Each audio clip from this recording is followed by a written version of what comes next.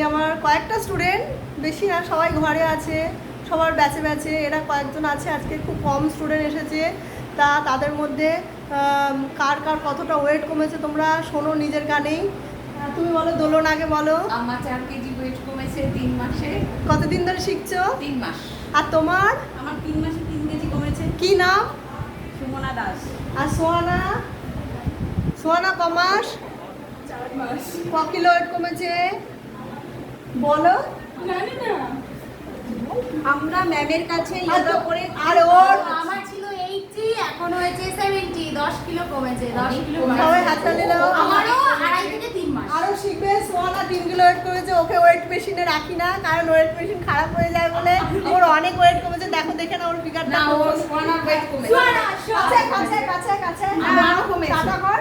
আমাদের সবার ফিগার তোমরা ভালো থাকবে, আর তোমরাও সবথেকে শিখবে। বড় কথা, আমরা যোগা করে খুব ভালো আছি। ভালো আছি। আর আমাদের এই যে মিষ্টি ম্যাম খুব ভালো। থ্যাংক ইউ, টাটা, সবাই টাটা করো, ভালো থাকবে।